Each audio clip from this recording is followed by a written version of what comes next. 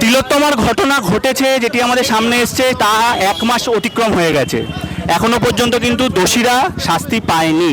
আমরা দেখছি দোষীদের বিচারের দাবিতে সাধারণ মানুষ রাস্তায় নামছে, রাজনৈতিক দল রাস্তায় নামছে। আজকে এই মুহূর্তে আমরা রয়েছি চারু মার্কেটের কাছে। এখানে জাতীয় কংগ্রেসের নেতৃত্বে একটি প্রতিবাদ মিছিল এই মুহূর্তে সংগঠিত হচ্ছে।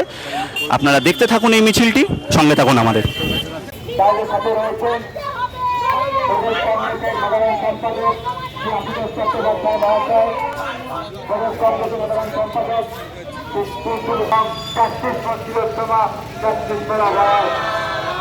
আন্দোলনকে আরো জোরদার করে তুলুন, এই আপনাদের কাছে আন্তরিক আবেদন।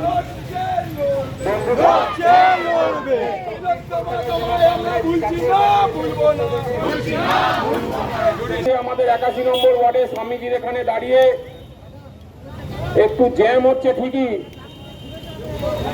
কিন্তু তিলোত্তমার বিচারের দাবিতে আমার মনে হয় মা বোনেরা প্রত্যেকজন যারা এখানে দাঁড়িয়ে শুনছেন আমাদের কথা, মনে মনে বলছেন কংগ্রেস আজকে রাস্তায় নেমেছে, বারে বারে রাস্তায় নামছে, ঠিকই নামছে, 100 বার নামবে। তার কারণ যতদিন না বিচার হবে, দৃষ্টান্তমূলক শাস্তি হবে, মানুষের লড়াই যেভাবে চলবে, কংগ্রেসের লড়াই রাস্তায় দাঁড়িয়ে ঠিক সেইভাবে চলবে। সামিল হয়ে এই আন্দোলনকে আরো জোরদার করে তুলুন।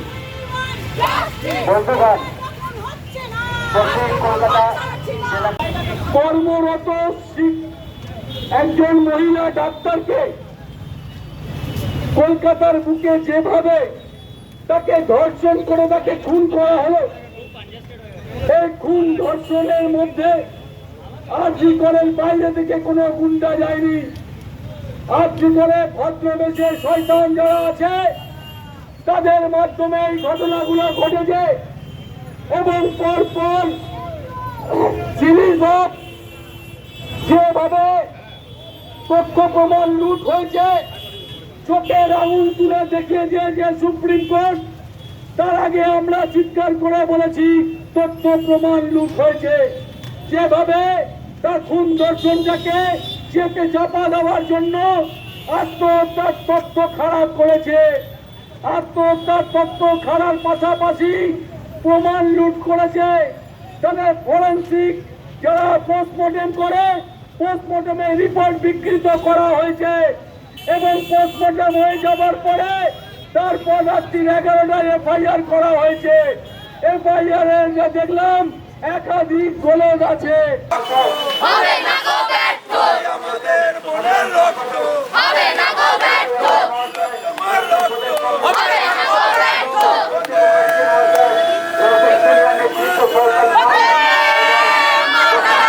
যেভাবে এই যানজটকে উপেক্ষা করেও আমাদের এই প্রতিবাদে গলা মেলাচ্ছেন, অত্যন্ত প্রশংসনীয় এই অঞ্চলের মানুষেরা। সত্যি আমার ভাইয়েরা, সতীর্থ সহযোদ্ধারা আজকে সবাই মিলে আরজি করে জাস্টিসের জন্য গলা মেলাচ্ছে। আমরা মনে করি যে অভয়া, যে তিলোত্তমার খুন এবং ধর্ষণ হয়েছে, সেই খুন এবং ধর্ষণ শুধুমাত্র খুন এবং ধর্ষণ নয়, এটা একটা বৃহত্তর ষড়যন্ত্র। দীর্ঘদিন ধরে পরিকল্পনা করে এই খুন এবং ধর্ষণকে প্রশ্রয় দেওয়া হয়েছে। স্বাস্থ্য ভবন থেকে শুরু করে একদম আমার মনে হয় 14 তলা পর্যন্ত চলে গেছে এর শেকড়। তাই তো আজকের মুখ্যমন্ত্রী, যিনি একদিন তাপসী মালিককে হত্যার জন্য, খুন এবং ধর্ষণের জন্য সারা রাজ্য উত্তাল করে দিয়েছিলেন, আজকে তিনি নীরব, নিশ্চুপ, সেই কান্না মানুষ আর শুনতে পায় না। মিছিল চলছে, চলবে, উৎসবের আবহেও চলবে। মানুষ কিন্তু হয়তো উৎসব পালন করবেন, কিন্তু তার সাথে সাথে মানুষ প্রতিবাদও করবেন। আপনারা দেখতে থাকুন মাইকন। ভালো লাগলে চ্যানেলটিকে সাবস্ক্রাইব করতে পারেন, ভিডিওগুলো পরিচিতর মধ্যে শেয়ার করতে পারেন। আপনারা যদি আমাদের এই ভিডিওগুলো দেখেন তাহলে আমরা ধরবো এই প্রতিবাদে আপনারাও কোনোভাবে আমাদের সঙ্গে রয়েছেন। সবাই খুব ভালো থাকবেন, দেখা হবে পরের ভিডিওতে।